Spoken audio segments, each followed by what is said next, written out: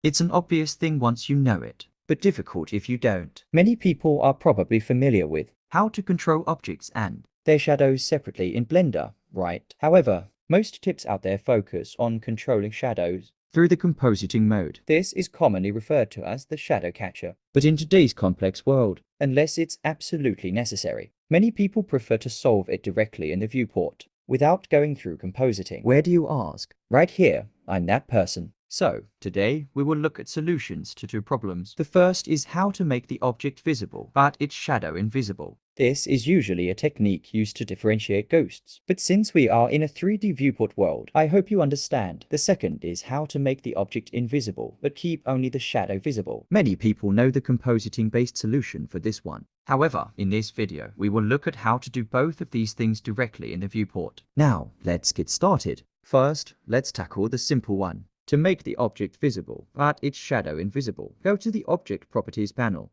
Find the Visibility section, and uncheck the Shadow option under Ray Visibility. See, the shadow is gone.